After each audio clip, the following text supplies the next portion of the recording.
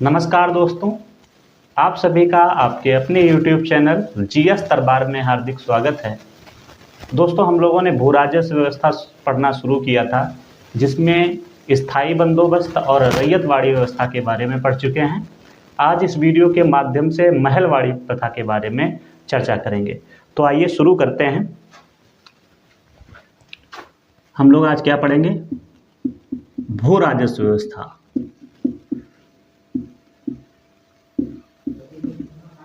और भू राजस्व व्यवस्था में हमने बताया था इसको 3 भागों में बांटा गया है। कौन कौन से? सबसे पहले स्थायी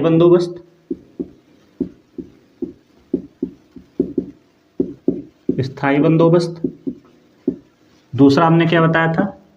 रैयतवाड़ी, और तीसरा हमने बताया था महलवाड़ी।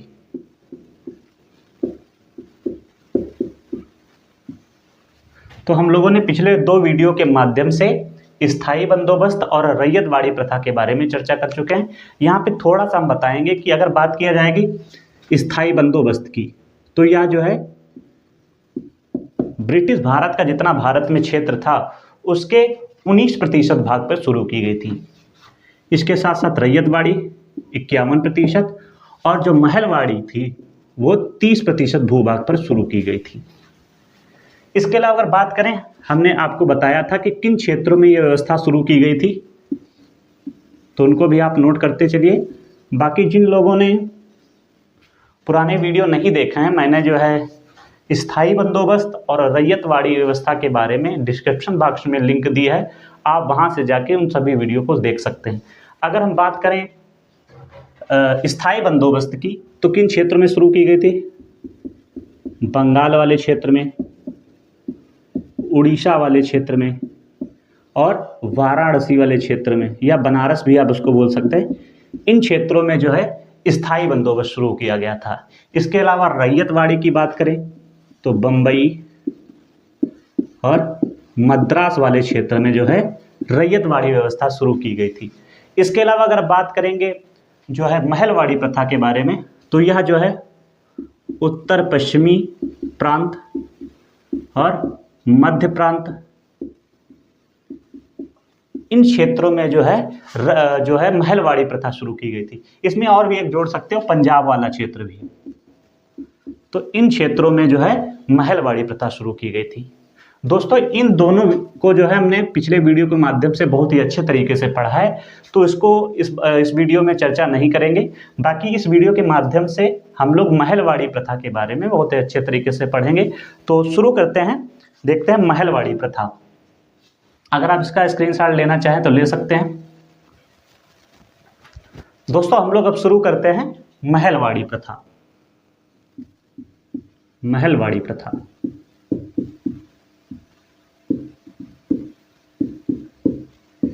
इसको शुरू करने से पहले हम लोग थोड़ा सा स्थायी और जो है रैयतवाड़ी व्यवस्था के बारे में थोड़ा चर्चा करते हैं, जानते हैं क्या था। अगर हम बात करें स्थायी वाले में, स्थायी बंदोबस्त के बारे में, और इधर हम लिख लेते हैं रैयतवाड़ी और महलवाड़ी। तीनों में थोड़ा अंतर समझिएगा, तभी आपको और अच्छा समझ में आएगा। बाकी आप जब ये दोनों वीडियो देखेंगे तो और अच्छे तरीके से समझ में आएगा। अगर बात करी जाए स्थायी बंदोबस्त की, तो इसमें सबसे पहले कंपनी होती थी और उसके नीचे जमींदार हुआ करते थे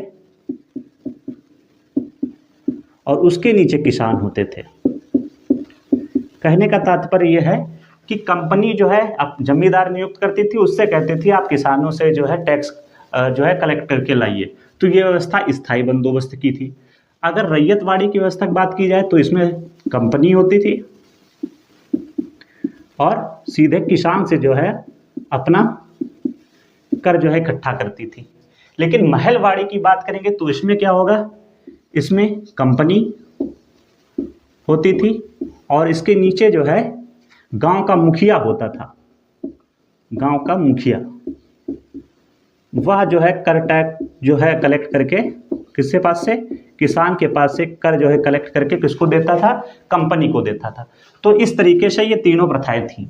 हम लोग आज मुख्य जो चर्चा करनी है वो महलवाड़ी के बारे में चर्चा की करनी है। तो देखते हैं, इसको हम साफ कर देते हैं, फिर देखते हैं कि क्या था महलवाड़ी।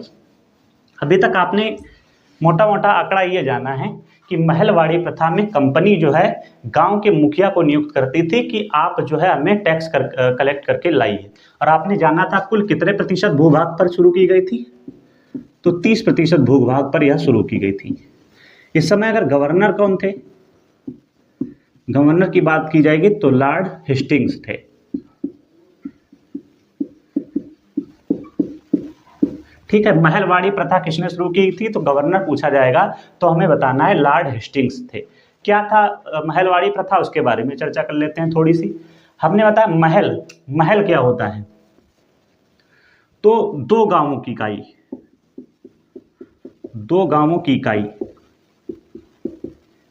इकाई समूह को महल कहा जाता था।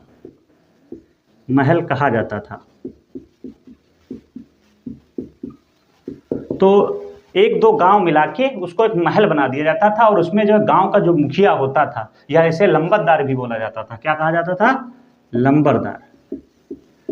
लंबरदार को नियुक्त कर दिया जाता था कि आप जो है किसानों से कर जो है ले लीजिए और फिर हमको दीजिए। ये लंबरदार क्या करता था, किसान से कर लेता था और फिर किसको देता था, कंपनी को देता था। इसके अलावा जो हमने रैयतवाड़ी प्रथा में बताया था, कंपनी सीधे जो है किसानों से लेती थी। और जो स्थायी बंदोबस्त था उसमें मैंने बताया था कि वह कंपनी जो है जमींदार को नियुक्त करती थी, और जमींदार फिर जो है क्या करता था, हाँ, किसानों से कर लेता था। देखो क्या था, तीनों में थोड़ा और अंतर समझना है कि उसमें क्या होता, उसमें जमींदार मालिक होता था खेत का। रैयतवाड़ी प्रथा में क्या था, हाँ, रैयतवाड़ी में किसान जो है खेत का मालिक होता था, और महलवाड़ी में भी किसान का मालिक कौन होता था, किसान। तो ये खेत का मालिक कौन होता था, किसान। तो ये भी याद रखना है, खेत का मालिक कौन होगा, तो खेत का मालिक होता था किसान।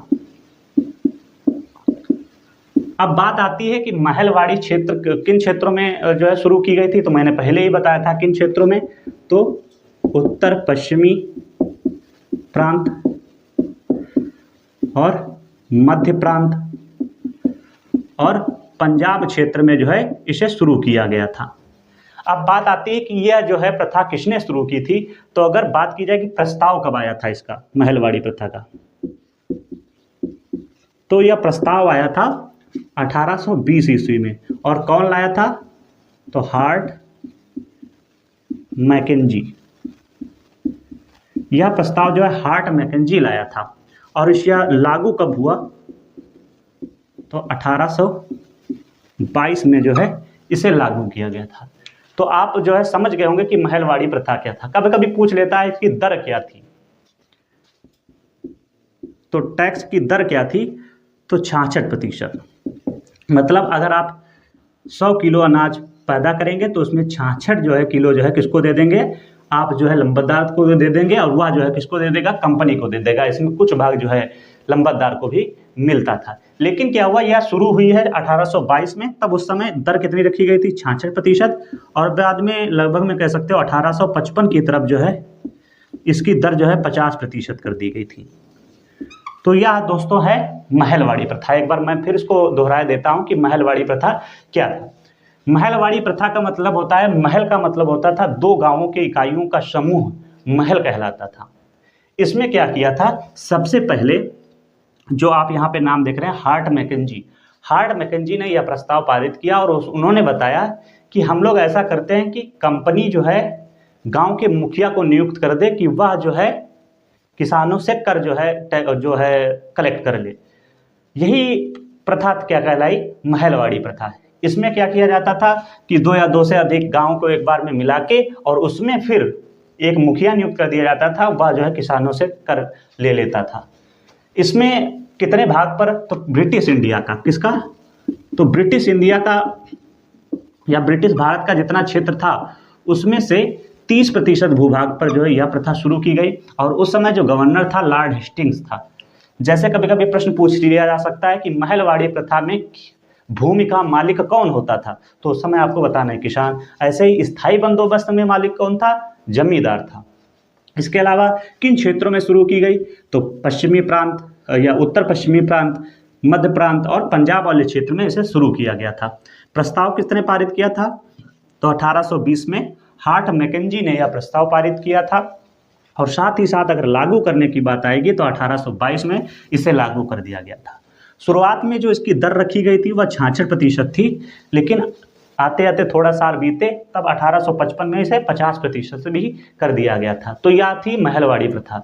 दोस्तों, अगर हम विस्तृत रूप से कहें कि स्थायी बंदोबस्त, रैयतवाड़ी व्यवस्था और महलवाड़ी व्यवस्था में सबसे कौन ज़्यादा जो है कह सकते हो ज़्यादा सफल रही, तो तीनों असफल रहे।